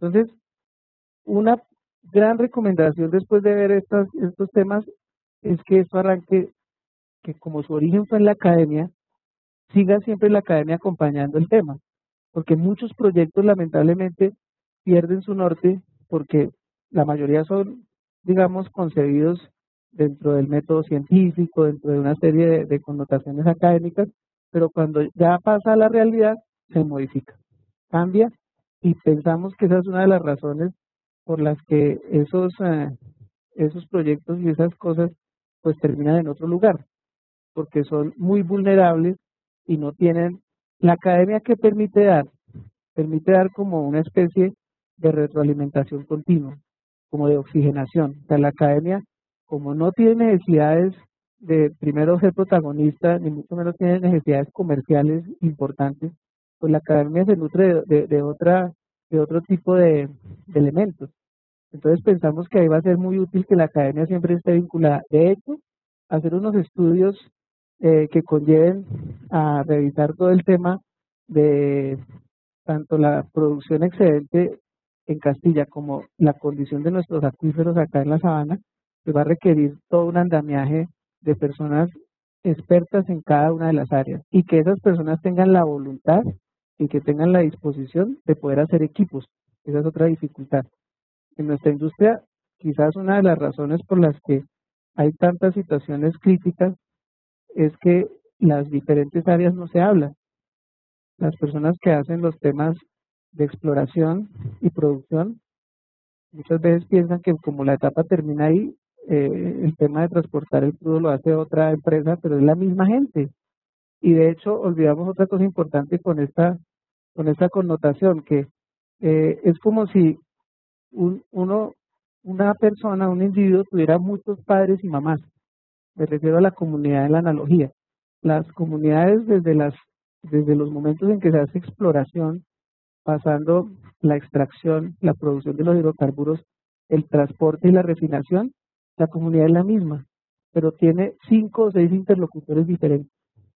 Entonces las personas que fueron a socializar en sísmica son distintos a los que llegaron cuando ya estaba sacándose los primeros productos refinados en el tema de la petroquímica. Entonces eso también es una alerta importante para corroborar que tenemos muy descuidados, no conscientemente, sino por el esquema en que se maneja. Entonces, en estos proyectos, ese tema, como ya es una lección aprendida, pues es fundamental tenerlos totalmente controlados. O sea, el grupo multidisciplinario tiene que obligatoriamente estar comprometido y entender qué es lo que pasa en cada una de las etapas. Y acá se nos ocurrió Sí, eso puede ser un problema de gerencia y puede ser un problema que aquí pensamos que es una forma de protegerlo para que pueda, digamos, volverse una realidad. Y es que es invitar a los agentes de gobierno que ejecutan el control y seguimiento técnico, fiscal y ético. O sea, en nuestro proyecto hemos pensado que, como las prácticas lamentablemente siempre demuestran que hay una, digamos, afectación a, al deber ser, y las empresas obviamente todas se preocupan es porque todo sea transparente y para que todo se haga correctamente, pero en la realidad vemos otras cosas y no es necesario entrar en comentar el tema, pero ustedes saben las noticias de las últimas semanas y nuestro sector petrolero no es ajeno a los temas de corrupción. Son temas que cada vez se vuelven más críticos, mucho más crítico porque es muy sensible, porque es un sector muy cerrado, es un sector realmente muy pequeño, en donde pues todo lo que sucede, todo el mundo lo conoce. Entonces, en ese aspecto, un proyecto de estos, como sale del sector para dar beneficios, debe salir con una protección especial y qué mejor que se haga con los, yo les decía hace un rato que lo importante era encontrar los puntos adecuados, porque uno tampoco puede unir puntos que no sean adecuados porque pues el tema se le vuelve bastante crítico, o sea, se vuelve eh, con un alto riesgo, se vuelve muy riesgoso. Y en lo que mencionábamos acá de vincular de distintas etapas, tiene que ver con declarar el proyecto como altamente incluyente. O sea, el proyecto en honor a que va a compartir valor, a que va a dar reciprocidad y todos estos conceptos, pues el proyecto debe ser incluyente. Desde el principio van a estar presentes no solamente las personas que van a tener el beneficio, sino la comunidad que representan a esas personas. Entonces, con base en eso, eh, yo les doy las gracias por toda su atención, pero vamos a ver una cosa que es el epílogo, una cosa antes de terminar, y es que hay otros puntos que son fundamentales para unir, porque si nosotros dejamos este tema planteado, declarado, que desde todo punto de vista es posible, pero no hacemos un siguiente paso, es posible que se quede ahí en ese empeño. Entonces, los otros puntos fundamentales para unir es que únicamente deben ser institucionales. La institucionalidad, al fin de cuentas, que puede aportar desde un apoyo netamente académico, que ese origen puede tener unos pasos ciertos y puede tener siempre un buen acompañamiento. Entonces nosotros acá pensamos que esa institucionalidad está obviamente representada en Ecopetrol, que es pues quien tiene en este momento el recurso bajo su responsabilidad, ese es este tema, el agua. El Ministerio de Medio Ambiente, está Impulsa, que es lo que comentábamos, es un tema de innovación abierta. Está Castilla la Nueva, que pues sigue siendo el área, el municipio en donde están todos estos recursos geográficamente. Está la Agencia Nacional, está el Departamento del Meta, está el Ministerio de Minas, la Gobernación de Cundinamarca, el Ministerio de Agricultura, está la CAR, que es nuestra autoridad ambiental en Cundinamarca, y está obviamente Cor Macarena, que hace sus veces en el área de los llanos. Está el distrito capital y está obviamente ACIPED. ACIPED va a cumplir un rol, y ahí respondo una de las inquietudes, va a cumplir un rol que es como el de, si además no es obligatorio, esto es una propuesta, y como es una propuesta académica, lo que busca es que mucha gente se integre y que mucha gente pueda y quiera participar. Como es un proyecto tan grande y tan, digamos, que requiere muchos esfuerzos y requiere muchísimo compromiso, pues el número de personas que se necesitan casi que no la podemos dimensionar. Es un proceso que en todas las etapas que tiene mucha similitud con lo que sucede en una cadena productiva del sector de los hidrocarburos, porque además vamos a tener un gran apoyo en todas las experiencias y en todas las dinámicas que significa hacer el negocio de la industria de los hidrocarburos, desde sus etapas de exploración hasta sus etapas finales de refinación y posteriormente de comercialización de todos estos hidrocarburos. Entonces, digamos, empeño, hemos pensado que lo más justo es que tenga un acompañamiento para que las cosas las hagamos justamente como lo indica la Secretaría de Transparencia de la Presidencia de la República, que era lo que antiguamente era la Oficina de Anticorrupción. Entonces pensamos que las áreas que siempre están involucradas después de que se hace un proyecto, las queremos traer antes de que el proyecto se haga, para que lo conozcan. Con esto cumpliríamos nuestro objetivo de la protección. ¿La protección en qué sentido? Que la Contraloría tiene un área muy bien definida que es el área de control fiscal a todo el sector de minas y energía.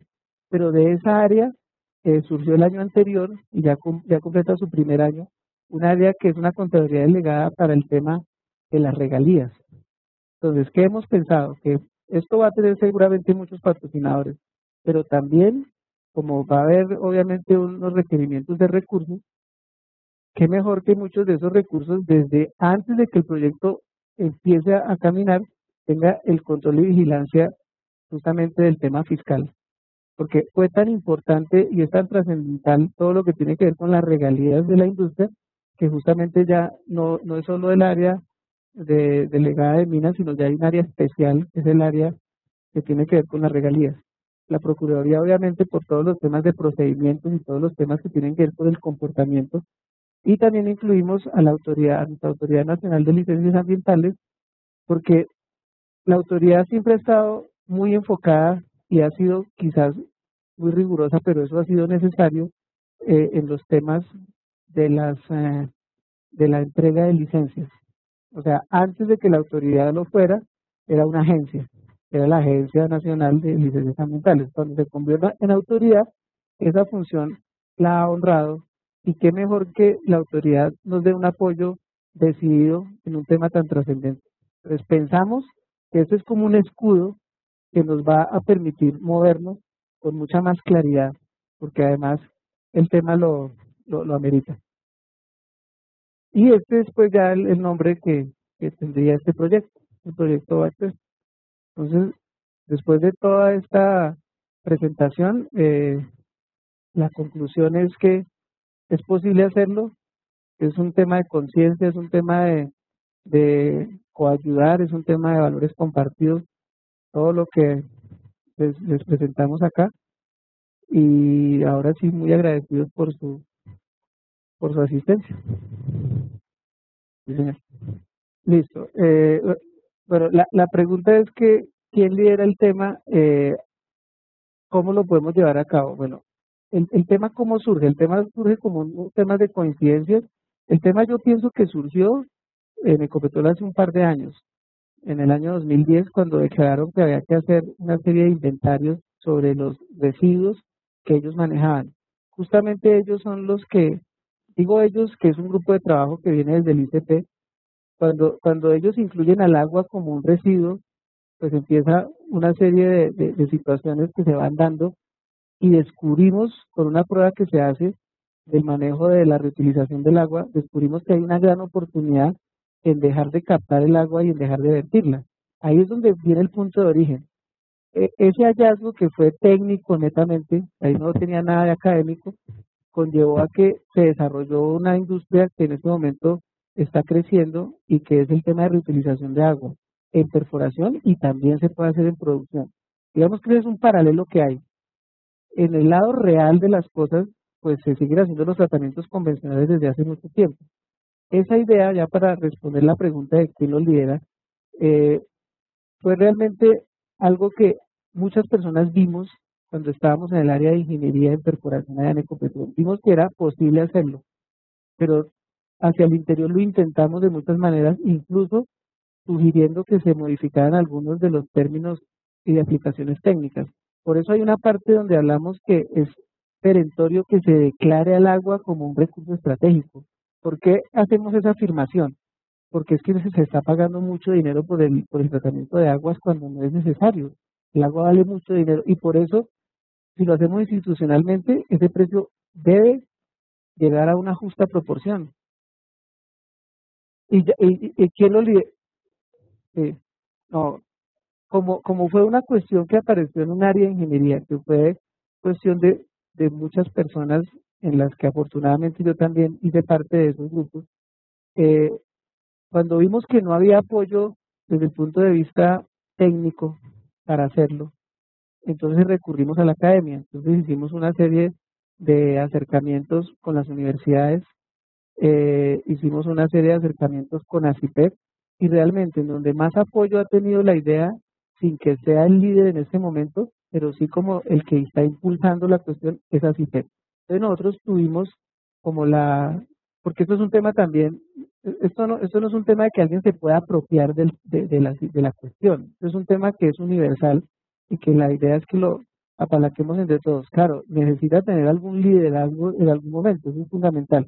Entonces la respuesta es, nosotros le hemos presentado este esquema, el proyecto Bachué, y otra serie de proyectos que son mucho más fáciles de accesar. Este es el proyecto que llamamos a largo plazo. Hay unos proyectos que son a mediano y a corto plazo, pero todos tienen el mismo enfoque: beneficiar a las comunidades con el recurso hídrico. Es así de sencillo. Muchas gracias. El tema es, si por ejemplo hay alguna institución o unas personas que están interesadas en participar y en apoyar, ¿a quién deben dirigirse? ¿A ti o a quién, para como tener una cabeza y decir, oiga, que me llama la atención, yo puedo apoyar en esto o apoyar en esto? Esta es la primera pregunta. Listo. Eso precisamente lo resolvimos hacia finales del año pasado, cuando terminó el Congreso, porque si no había una cabeza. O sea, había muchas personas con la iniciativa y con la idea, pero no teníamos cómo conformarlo, cómo integrarlo.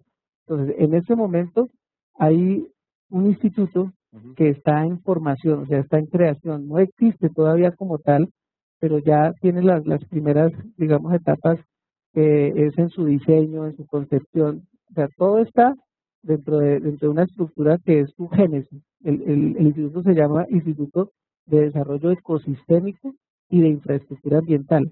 Y como es un tema que debemos ser congruentes con lo que estamos manifestando, el instituto se lo ofrecimos para que lo lidere ACITEC, pero también le informamos a Ecopetrol, porque este es un tema para hacerlo de manera abierta, no podemos hacerlo cerrado porque si no también no va a funcionar, porque no es un tema particular, sino es un tema general, es un tema colectivo. Entonces se lo presentamos a Ecopetrol, además de manera formal, a la Vicepresidencia de Innovación y Tecnología, y pues el ingeniero Néstor Saavedra, que está a cargo de esa área, pues él ha tenido un buen recibo. Claro, la invitación es a que tanto él como otra persona que está en la parte académica y es un líder, es el ingeniero Nicolás Santos, que es el director de la Escuela de Ingeniería de Petróleos. A ellos acudimos para presentarles el proyecto e interesarlos en poder, digamos, hacer un grupo primero coherente, pero también multidisciplinario. Pero en este momento el proyecto está aquí dentro de ACITED, o sea, está entregado y está, digamos, ofrecido para que ACITED, si lo tiene a bien, lo lidere. De hecho, el ingeniero Hernando Barrero también le ha interesado mucho el tema y como tiene un punto de anclaje académico, pues hay muchísimo interés. Pero eso que vimos de la institucionalidad es el siguiente paso, es poder irradiar y poder construir de una manera, pues primero que todo, organizada y ordenada, no es llamar a todos sino mirar también dentro de un análisis cómo damos los primeros pasos, porque eso tiene una estructuración que más allá de lo técnico lo vamos a encontrar en algunas etapas siguientes, pero eso tiene una estructuración que es más de orden social y ambiental, más allá de cualquier tema técnico. Si eso lo hacemos bien, creo que el primer paso estaría dado. Y siempre con el acompañamiento de la parte académica y siempre con la lupa y la vigilancia de los organismos de control. Eso es lo que nosotros hemos, digamos, pensado que es el deber ser de este tema. Pues a mí me parece que es un proyecto supremamente loable, muy amplio, pero por esa amplitud, porque a mí me asustó. Yo quedé asustado de ver todo ese resto de instituciones burocráticas que por ser democráticos, lo que están ustedes buscando democráticamente, excelente, coger a todos los estamentos y que todos participen, pero de hecho es conocido que en Colombia cada vez que tú metes una contraloría, que probablemente en comienza a frenarse, y comienza a frenarse, y comienza a frenarse, y probablemente, vuelvo a insistir, la intención excelente, pero me parece, me quedé asustado con No, la cantidad de gente ahí. de hecho, hay una anécdota que es además muy grata, porque cuando presentamos el tema, cuando lo comentamos ya que hablas de la Contraloría, cuando lo comentamos en la Contraloría, pues, o sea, no hemos recibido el primer no. O sea, hasta el momento a nadie nos ha dicho, normalmente en un proyecto hay muchos detractores, hay mucha gente que dice que no. Hemos tenido la fortuna, pero igual estamos preparados que si hay un no, el no es para nosotros, el no es para un grupo muy grande. La anécdota de la Contraloría es que cuando tuvimos una corta reunión y mencionamos el tema, nosotros sugerimos que necesitábamos un acompañamiento. Y es que es muy simpático porque la Contraloría no nos puede acompañar realmente en el inicio del proyecto. Entonces lo que nos dijeron fue, la Contraloría, por su razón de ser, solo puede lograr hacer un acompañamiento en el año posterior al que se hagan todos los proyectos. O sea, no hay un real time, ahí es un tiempo posterior. O sea, que si el proyecto, por ejemplo, arrancara este año, claro, ellos ya están enterados, pero la revisión y todos los auditorías que merece un proyecto de estos, ellos lo harían en el 2015. No, pero yo entiendo que es un tema de ley, realmente no lo veo como que sea una mala voluntad, porque al contrario, su función es vigilar, sino que están, digamos, encerrados dentro de un esquema de ley que ellos no pueden hacer un control previo, ni siquiera durante, es un control posterior, pero igual lo importante es que estén enterados.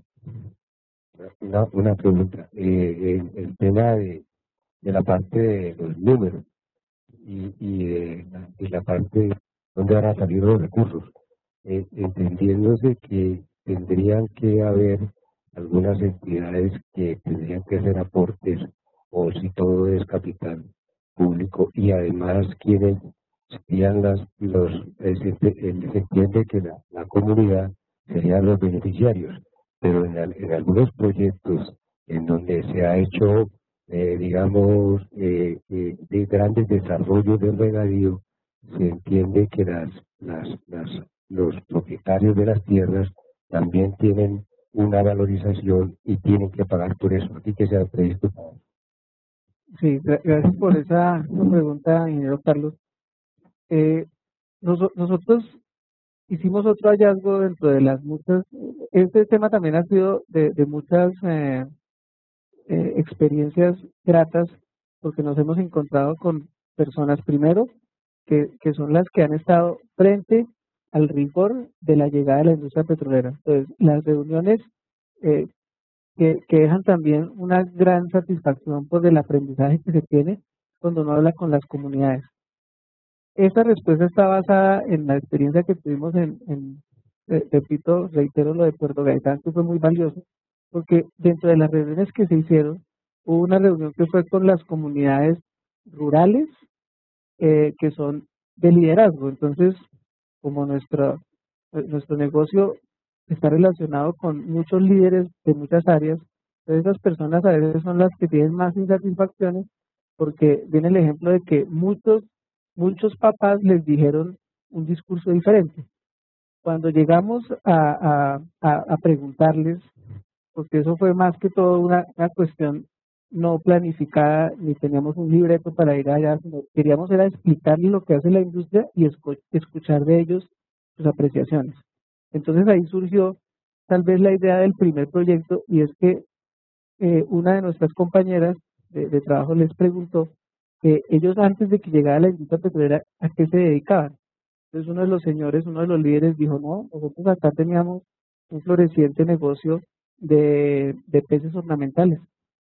Y de hecho, el día anterior nos habíamos dado cuenta como en 3 lugares donde estuvimos ahí en Puerto Gaitán, en el restaurante y después de que habíamos ido a otro lugar, y en el hotel habían acuarios. Los vimos, pero no notamos que eso para ellos es muy importante. Ese señor nos ratificó eso en el último día, fueron 3 días de sesiones de conferencias y de la experiencia. El señor nos ratificó eso. Cuando él nos dice lo de los peces ornamentales, nosotros inmediatamente pensamos que para él y para su comunidad y para los que tenían experiencia en eso, es una línea abonada para poder arrancar con ese propósito. Entonces, ¿qué proyecto productivo y de qué manera esos proyectos, de hecho los de primero y segundo piso, porque este es un proyecto de tercero, cuarto nivel, los de primero y segundo piso pueden ser un proyecto de esos, es que la comunidad ahí cercana donde se van a hacer las exploraciones y donde se va a lograr extraer el hidrocarburo, hagan una línea para, por ejemplo, el tema de los peces ornamentales, porque tienes toda la validez de ser apoyados y ahí la industria petrolera va a tener además otro beneficio y la comunidad también, y es que ahí no van a haber intermediarios, porque el intermediario existe en la industria es porque es algo transitorio. Hay intermediarios para el alquiler de maquinaria, para el suministro de personal, para una serie de cosas porque son temas transitorios. Pero cuando se hace un tema a mediano y largo plazo, el intermediario sencillamente desaparece porque no se va a quedar ahí. Ese no es el negocio de él, el negocio de él es intermediar. Entonces acá vimos que el proyecto sí puede ser viable. Eso con el ejemplo de los peces.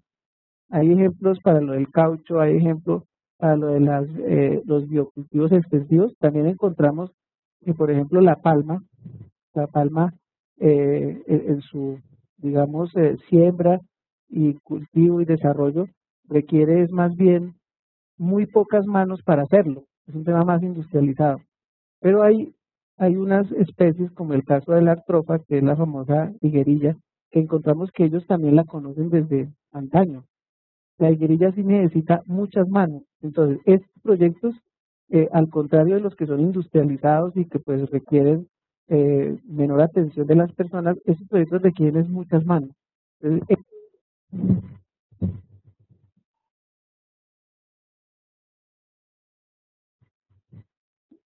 ¿eso quedó la pregunta? Bueno, nos hemos quedado sin audio. Bueno, aquí hay un chat, no sé, Mónica Tejada pregunta, en países como en los Estados Unidos la inyección está siendo cuestionada debido a que ha generado contaminación de acuíferos. En Colombia, ¿cómo nos estamos asegurando que esta inyección no está contaminada por acuíferos? Bueno, Mónica, la respuesta tal vez más sencilla es que precisamente el aseguramiento del proceso es lo que nos puede dar la tranquilidad de que esto se haga correctamente. ¿El aseguramiento en qué consiste? Que la parte de ingeniería de petróleos y la parte de apoyo en el conocimiento geológico, que es obviamente muy extenso y hay muchos expertos en el tema, pues podemos realmente verificar que esto nunca ocurra, porque esto sería un desastre peor todavía. Entonces, en la responsabilidad de hacer unos estudios serios, juiciosos y vuelvo a enfatizar, académicos, está el éxito del tema. Ahí es donde está ese éxito. O sea, sí podemos asegurarnos de que nunca vaya a ocurrir esta cuestión. No obstante, el objetivo es evitar hacer la disposición a los acuíferos, precisamente. Es tener una utilización de esta agua diferente.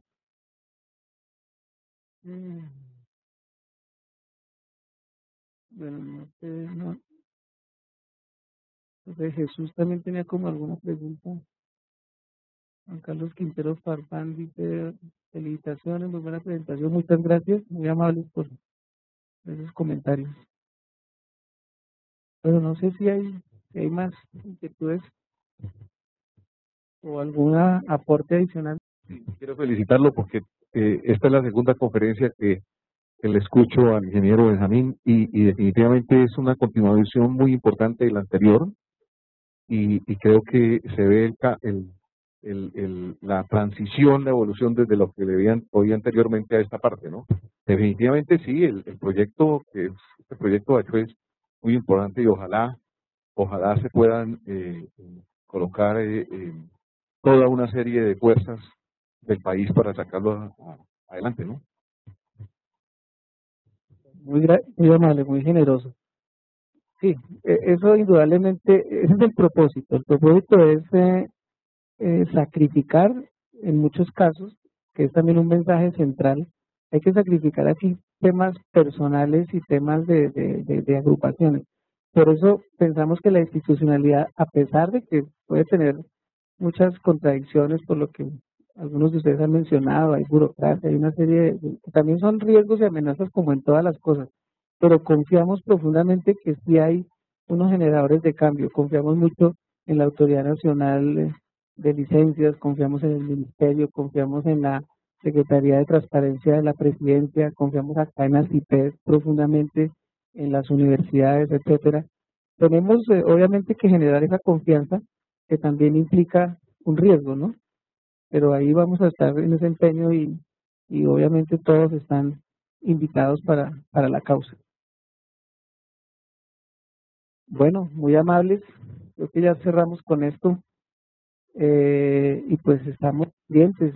En la medida en que evolucionemos con el tema, yo pienso que a través de ACIPED otros conferencistas o quizás muchos de ustedes estén interesados en intercambiar las buenas experiencias que este tipo de proyectos nos traiga. Además que no es el único modelo, se puede replicar dadas las necesidades que hay, como lo vimos ahí brevemente. Ahí este es un modelo que puede funcionar en muchas otras áreas. Bueno, muchas gracias y buena tarde.